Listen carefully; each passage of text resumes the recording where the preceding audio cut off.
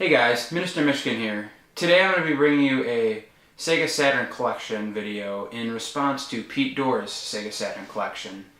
And I hope you guys enjoy.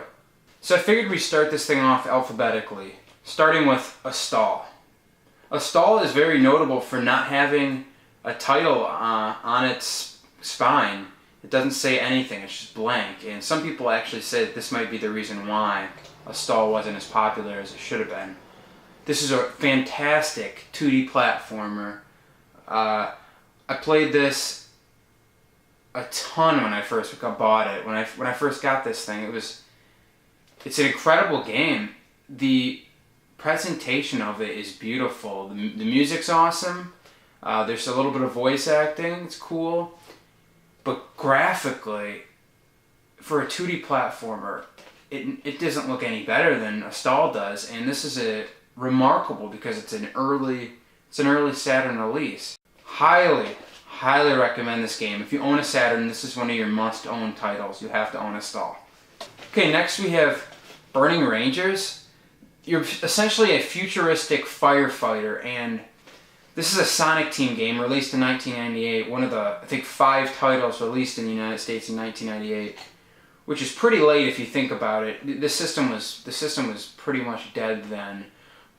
I mean, people were playing Banjo-Kazooie. People were playing, PlayStation 1, N64. They weren't really playing too much Saturn. But Burning Rangers is, I don't want to call it a must-own because it's $135. It's sold for $135 on eBay recently, twice. I mean, so that's pretty much the going rate right now. I think that's pretty steep for any game. But this game looks, for 3D, it looks amazing. It shows that it's a late release. Titles near the end of consoles tend to look much better than their earlier counterparts. Here we have a couple of cool platformers for the Saturn.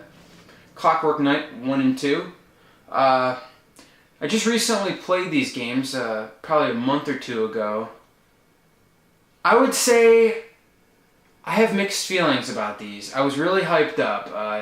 2D platformer, kind of has like interesting looking backgrounds. It kind of looks, it's kind of 2.5D, but the pace, it feels slow, and like a lot of these titles that came out in the mid-90s, it feels kind of generic. It just has that could be any game. Platformers seemed popular at the time. We just slapped this game together. I want to give this series another shot, though. I think there's potential here. I'm just an impatient guy. Okay, next we have one of my favorite titles for the Saturn, Die Hard Arcade. This game is awesome. Seriously, if you own a Saturn, just do yourself a favor and pick this up. It's an arcade port. You can play with a buddy. It's the prequel to Dynamite Cop. I don't know if you guys are familiar with Dynamite Cop in the Dreamcast, but that was a game I grew up playing. That was an unbelievable game as well. But this game was released in Japan as Dynamite Deca, and was essentially slapped the Die Hard name on it in the United States to sell it. And it doesn't really matter that it's a Die Hard, that it has the Die Hard name or whatever. It doesn't matter what this game is called. This game is good. Another title I have is another Die Hard game, actually, Die Hard Trilogy. Now, I picked this game up accidentally. Last year, I really wanted to get Die Hard Arcade, and I was new to Saturn collecting. This was probably about a year and a half ago, actually. And I went on eBay, and a buy it now for like $8 shit popped up for Die Hard Trilogy, and I bought it, thinking it was Die Hard Arcade. And I was disappointed, but whatever. I put it in when I got it, and very interesting. This game comes with 3 games on it. Die Hard, Die Hard 2, Die Harder, and Die Hard with a Vengeance. One is a 3D action game with just terrible graphics. I mean, I am not a graphics guy. I cut the Saturn and all these old systems a lot of slack because who cares about graphics if you have good gameplay, right? Well, it's one of those games where I don't know. There's so much pop-up, I don't recommend it. And that's just the first game on the trilogy. Next is Die Harder. It's a light gun game. I haven't played this one yet, but it's a light gun. It's got to be okay. Light gun games are always awesome. And then the third one is Die Hard with a Vengeance, and that's a kind of a racing, not really racing, but you're in a car. It was alright. It was better than the first part of the trilogy. Overall, I don't really recommend this game. Okay guys, next up, another rare game I have, House of the Dead. This is another one of those 1998 United States releases I was talking about, where not a whole lot of people bought it. And as far as I know, this is the only port from the arcade of this game that you can play. This game still demands a high price, you know, something around $80, $90 on eBay complete. I got this at a game store a few months ago for $50.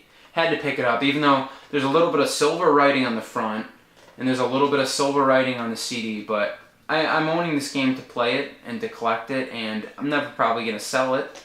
Yeah, this game is good. It's not as good as the arcade port, but for Saturn and for the time, it's really good, and it's a fun game. And yeah, if I had to choose playing the arcade version or this, I would choose the arcade, but I'd still consider this a great game to own if you're into light gun games. But because of its high price tag, I wouldn't exactly call it a must-own. Next up we have Nights into Dreams. Some people would like to call this a system seller. You know, people buy the Saturn to play this game specifically. What I say to that is, it's a system seller for some people. I can see some people being into it, but others, I don't know. This game, it's different, it's unique, but it's not for everybody. It's a 2.5D on-rails, basically, game. And you're going through these rings, and there's really, really awesome music and graphics that kind of just pop up on you, but it doesn't bother me that much. I like this game, but I wouldn't say it's a system seller.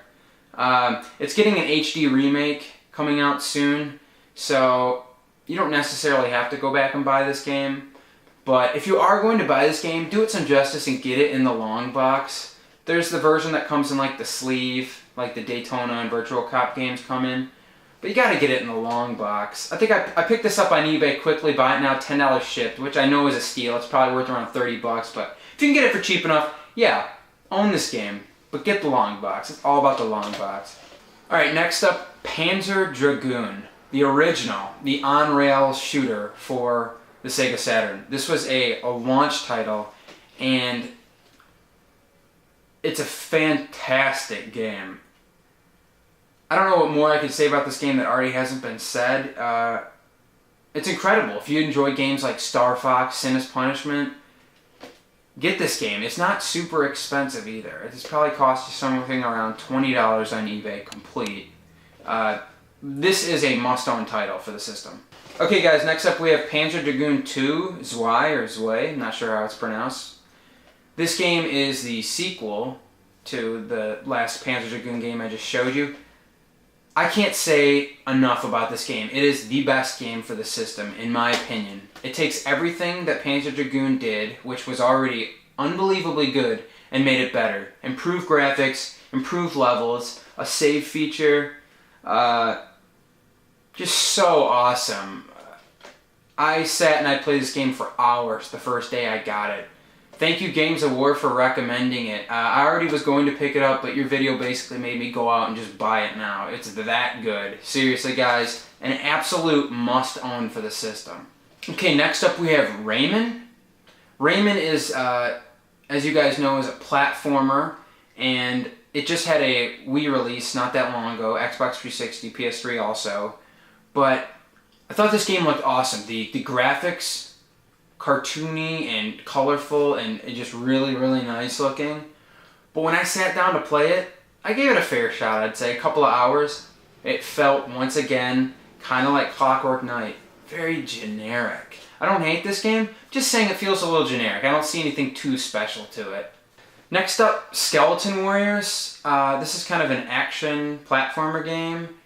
I'm a little underwhelmed by this game. It doesn't bring a whole lot to the table. Maybe for the time it was pretty good, but to me it hasn't aged particularly well. That's pretty much all I have to say about that. Very interesting game for the Sega Saturn. Sonic Jam. This is a compilation of Sonic 1, 2, Knuckles, and 3 for the Sega Saturn. And what's unique about this game is it's the first time that Sonic appears in 3D, though it is just in kind of an overworld hub to choose between which Sonic game you want to play. It's still very unique. You own this game not to play the compilation, because you can get that on GameCube. I own them all for Genesis. You own this game kind of for the historical aspects of it. The fact that this is the first time Sonic was ever fully in 3D. Okay guys, another Sonic game, Sonic R. This is the Sonic racing game for the Saturn, and I love it. Some people hate this game. Pete Dorr and I, we love it.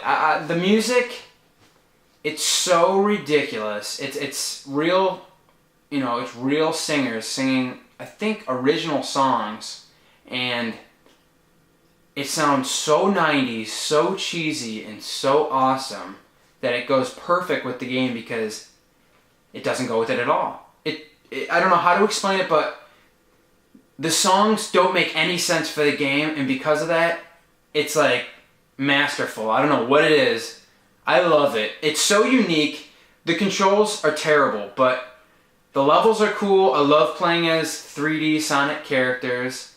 Once again, another kind of piece of history. It's very cool to me. It screams 90s, but I love it. I recommend this game to anybody that loves Sonic and likes to get a good laugh. Okay, next up we have Three Dirty Dwarfs for the Saturn. This is a beat 'em up, an absolute hidden gem. Maybe not so much anymore. People talking about it more and more, but basically you can switch between a guy with a bowling pin, a guy with a shotgun, and a guy with a baseball bat. And if one gets knocked down, quickly switch to the other and whack the other guy, and he'll come back to life. So you'll still have those three guys to cycle through.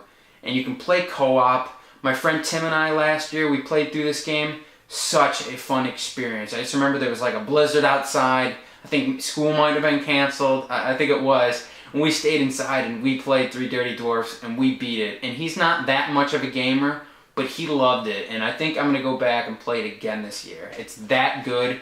Seriously, another one I can say, own this game. If you own a Saturn, do yourself some justice. If you like beat 'em ups especially, buy this game. Next up, gotta clump this series together. Virtua Cop 1 and Virtua Cop 2.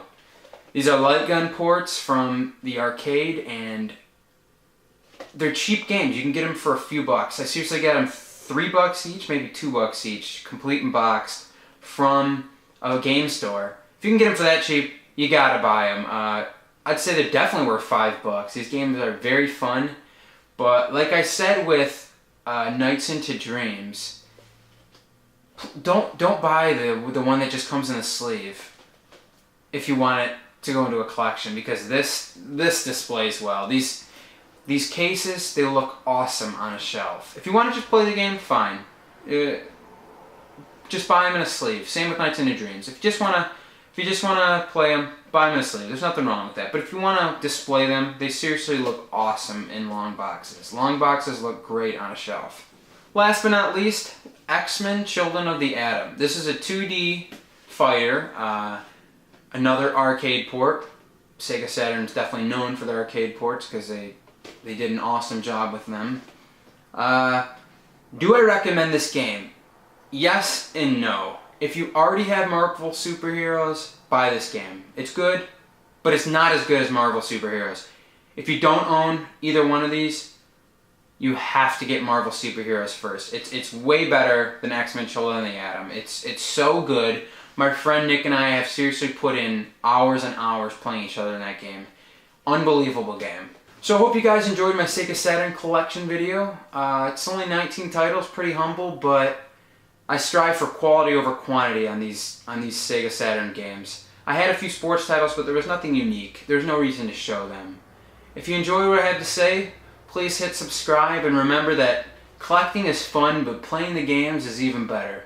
Game on.